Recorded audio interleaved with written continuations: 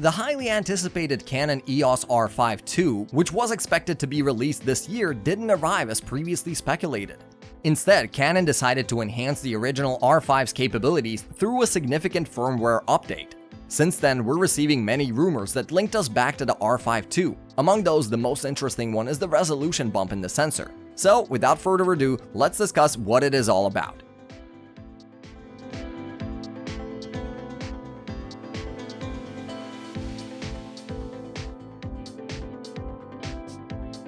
According to Canon rumors, a recent report circulating online where we can see some interesting speculations about the Canon EOS R5 Mark II.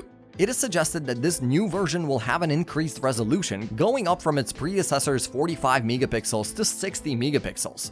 Apparently, 60 megapixels is becoming a common resolution in the full-frame camera industry, with Sony and Leica also offering this level of resolution in some of their models. While the resolution bump may not be a significant concern for most users, more resolution is always welcomed. However, it's essential to take this information with caution, as video specifications tend to be revealed closer to the product launch, and things might change. The report mentions potential improvements in frame rates for internal 8K shooting, indicating the possibility of having 8K at 60 frames per second. But it remains unclear if this would be available in RAW format. There is also mention of Canon testing 8K at 180 frames per second for the EOS R5 Mark II. Although it's uncertain whether this capability would be an external option or an internal feature with cropping.